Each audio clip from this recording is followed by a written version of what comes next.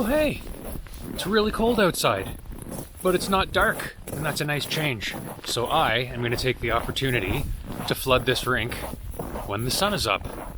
Let's do it.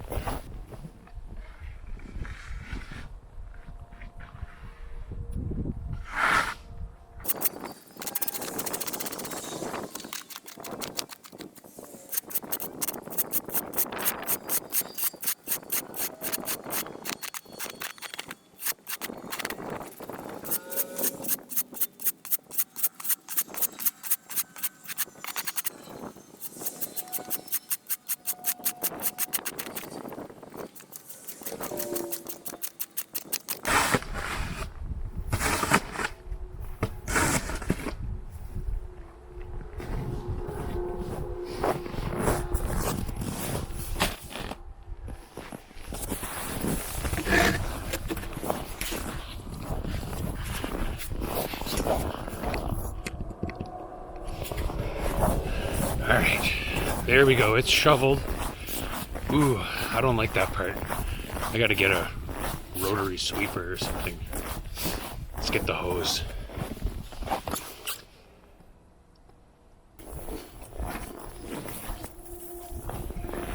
Okay.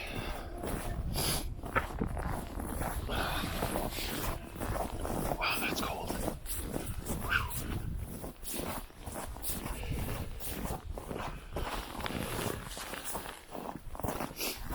Get this rink flooded and the kids should be able to skate in about 8 minutes.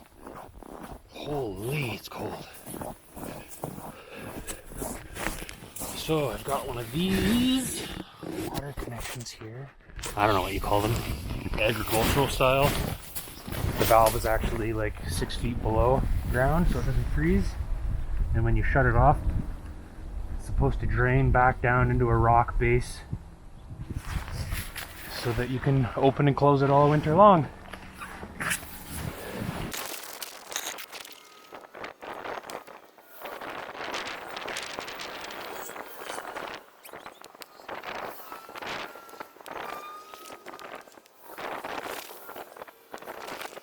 Alright, so that's pretty good.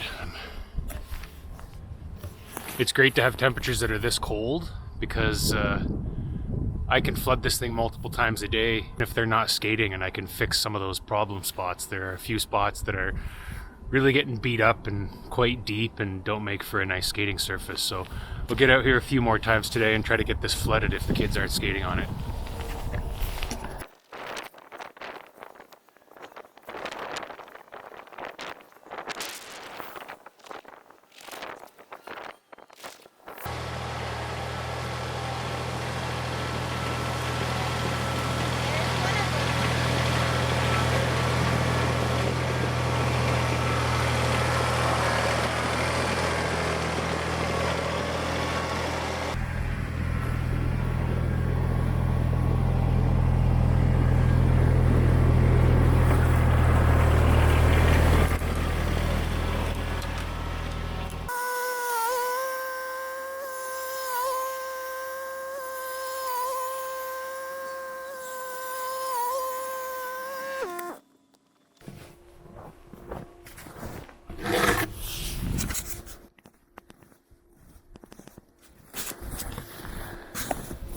Alright, we're gonna try to burn this pile.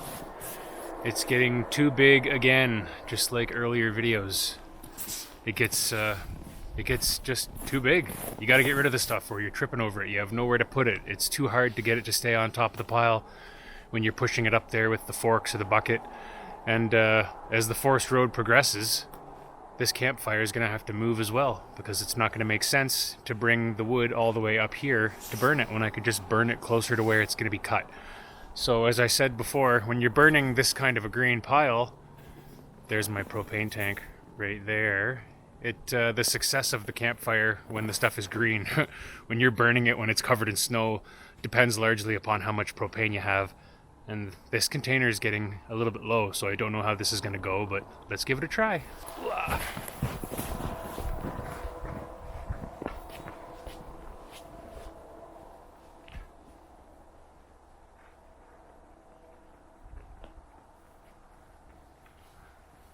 Lots of rabbit poop.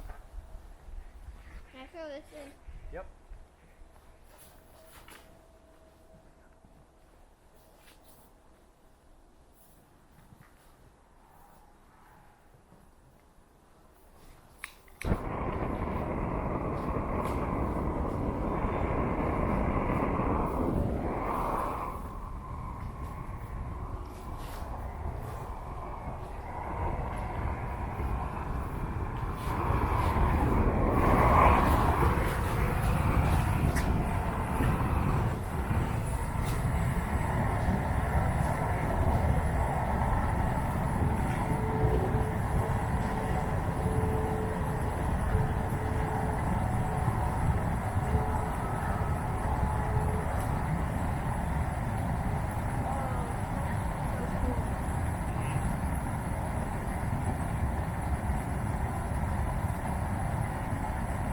It's a cold fire, that's why the smoke is not moving very fast. As it gets hotter and heat rises, the smoke will rise faster too.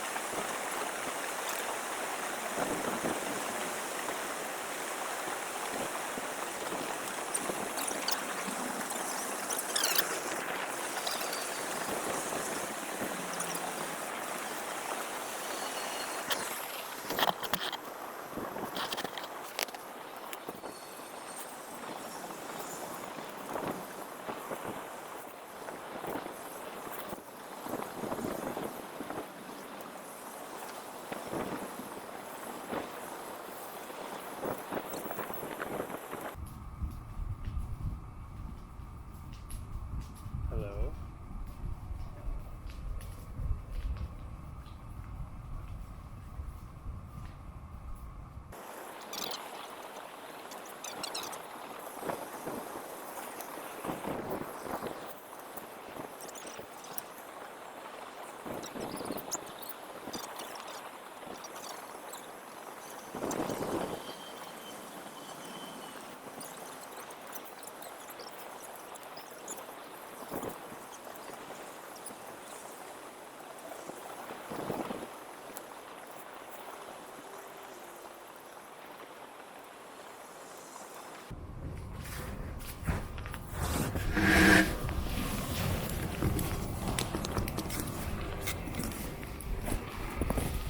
This might end up being a good video to put up some of those aerial photos that I talked about a couple videos ago. We had a viewer request wanting to see some aerial photos that showed where my trails are, where I want them to be, and that kind of thing. So let's go up here to the start of the trail and we'll do a bit of a walkthrough. Oh, it's such a nice day out today. You can hear all of the snowmobiles off in the distance. People doing the best they can to get outside and have whatever fun they're allowed to have. It's awesome. And the smoke appears to have cleared from up here, which is good. So, I want my road to start kind of at the utility company's power line corridor here, because that's going to be maintained for me a little bit. And then right here we're going to turn. This is where I did some of the early cutting in my first videos. Still needs to be cleared out a little more, but I'm going to wait until I know exactly how this radius corner is going to be. The road will turn 90 degrees here. Come from down there and turn down here. So I'll throw some pictures up here on the screen, some aerial shots to let you know where we are. I'm going to be using some of these larger trees to mark the sides of my road. The reason I want to keep the bigger trees is because animals live in them, first of all, but also because I can hang deer feeders off of them, and they'll be really easy for me to fill up right from my road without having to walk through the bushes or carry any of the deer feed long distances. I'll use those trees to attach ropes to a few videos from now and pull them tight and get my straight line on each side of my road, and then I'll know exactly what needs to be cut. So this section of road was always a trail, more or less, maintained by lawnmowers in the summertime, so I didn't really have to do much to open this up. And this was always my fire pit. Right here. That section down here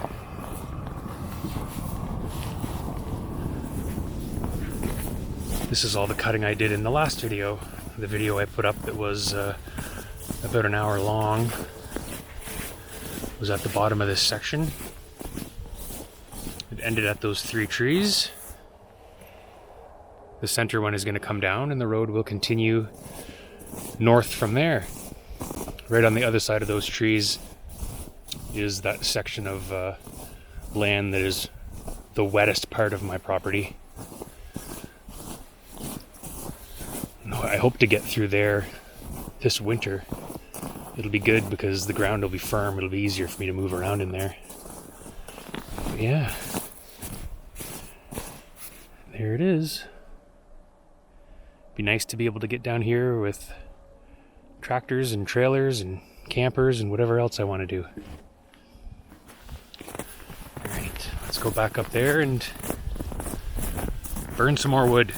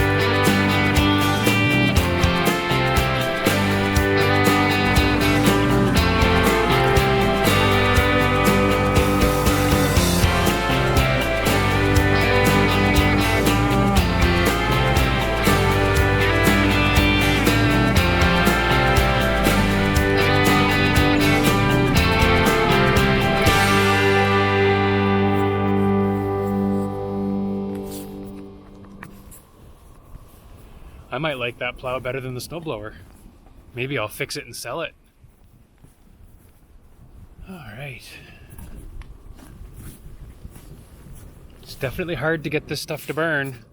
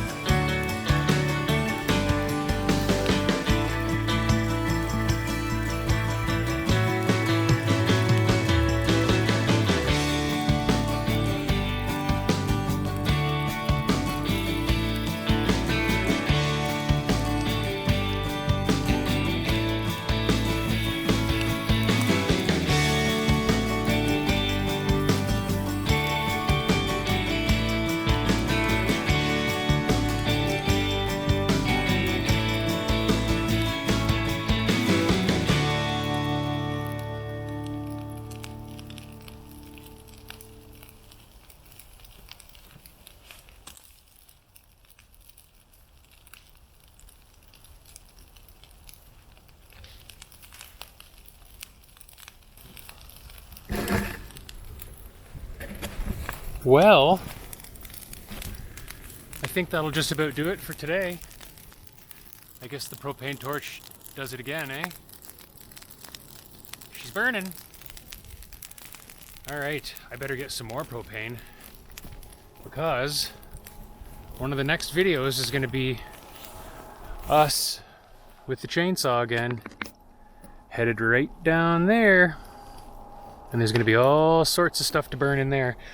None of it should be evergreen trees though. I think it's like poplars and lots of smaller stuff, so it should be a little easier to burn, I would imagine. We'll find out. So, until next time, take the opportunity to get outside.